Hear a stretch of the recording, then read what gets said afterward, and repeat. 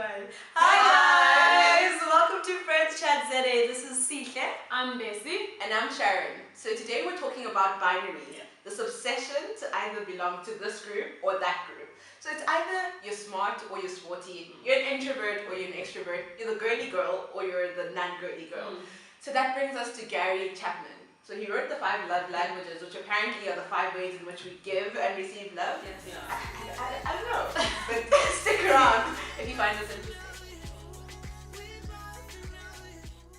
So Gary Chapman details 5 love languages. So that's gifts, giving gifts to people, acts of service, quality time, physical touch, as well as words of affirmation. Yeah. So apparently these are the 5 love languages that exist. Primary and secondary. So the primary love language is what I myself receive.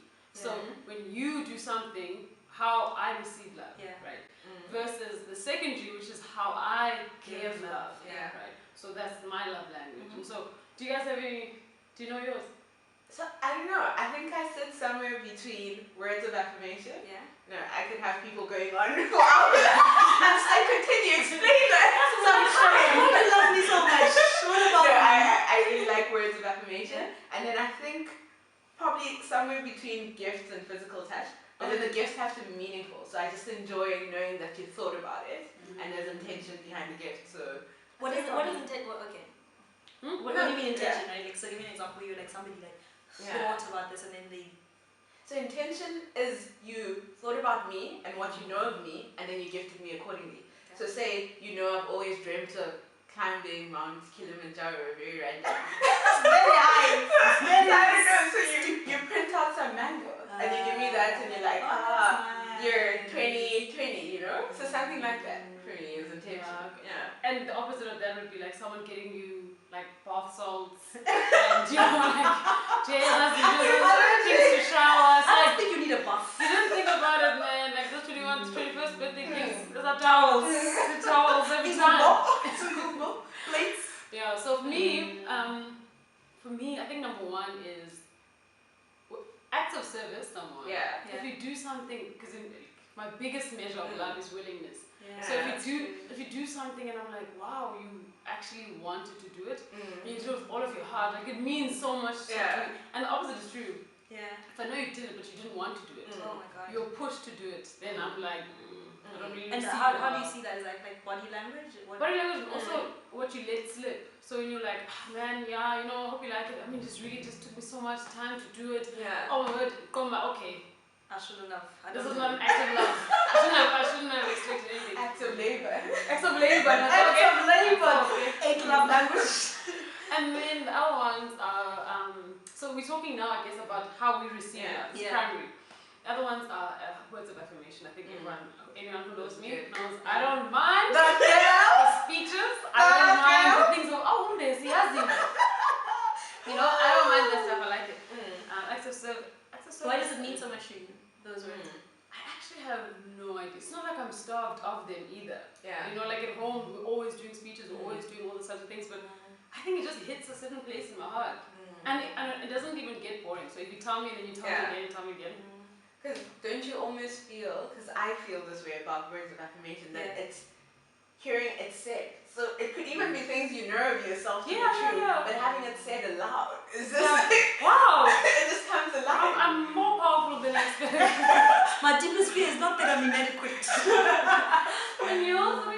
What are my love language? I think acts of kindness, right? Like Acts of service. Acts of kindness, acts of service and kindness, would that be one?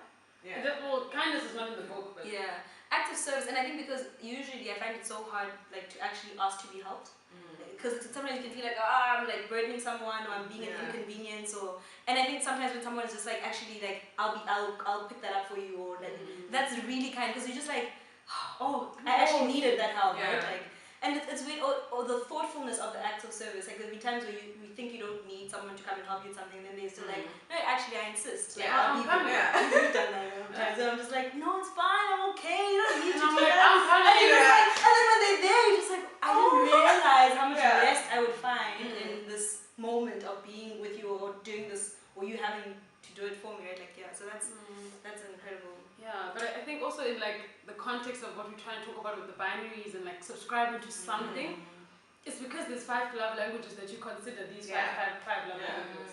Like, what about 7, 8, 6? What are the other different ways, right? So it's like this, like you're saying, this incessant need to subscribe to something. Yeah.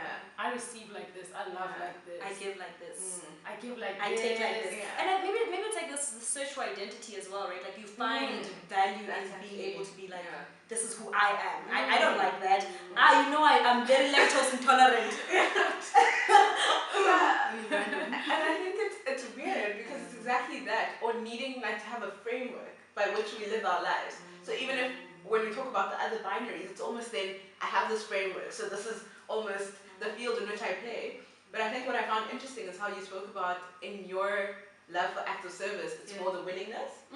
Because then I would almost say, and correct me if I'm wrong, but then your love language would be the willingness, in the same way that I was telling you guys that probably my love language is intention and not necessarily one of the five. Whereas mine is thoughtfulness. Exactly. So interesting. So we've added 1 or 3 more.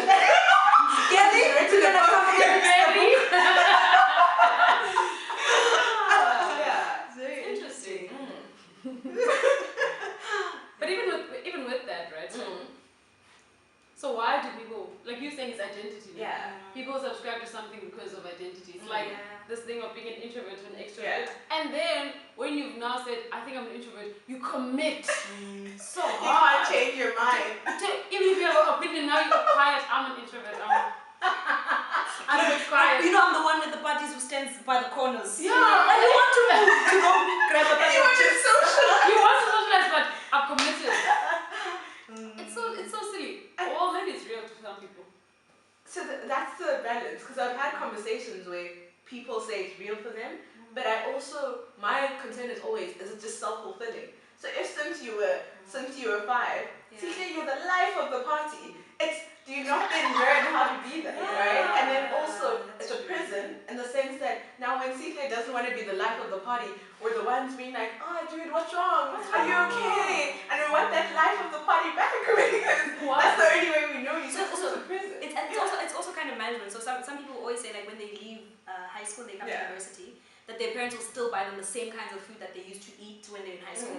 And I think in some ways, like, it helps you feel like you know someone, right? So if I'm like, Bessie likes to be loved this way, and years later Bessie doesn't care about act of service, I still want to say, no, I want to do acts. And so in some ways, it almost like bridges the time that you lose with people, and it manages the expectations, and I feel like I still know you, we still have something together, we can hold on to that.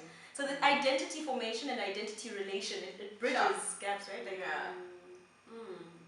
But then who holds on to that identity? So you will have given me, you'll be trying to do that act for me, where I've moved past that point, but you're holding on to it for the sake of what you're saying. Like, I guess we still have something. we still have something in common. I guess they evolve then.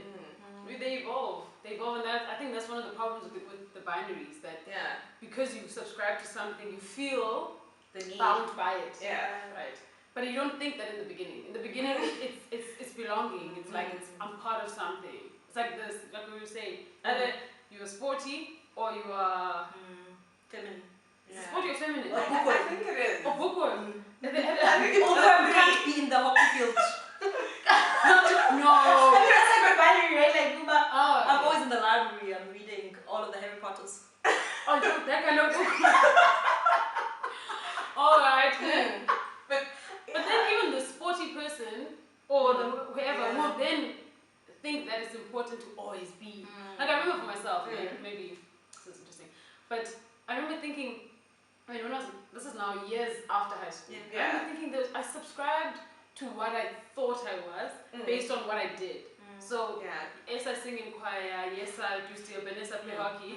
But like then when I got to varsity, I must still be that girl who does a lot of different things. I must still be sporty. I must still be you know, I must still feel like I have my hand in a few things and they're going well. But then when I finally said, no man, I think I'm binding myself to things that used to be, then you break out and you find a new one. But it doesn't mean that's forever though. You'll always be subscribing to something. Wow. That's a very Will you always be interesting subscribing question. some way? I think probably. Really?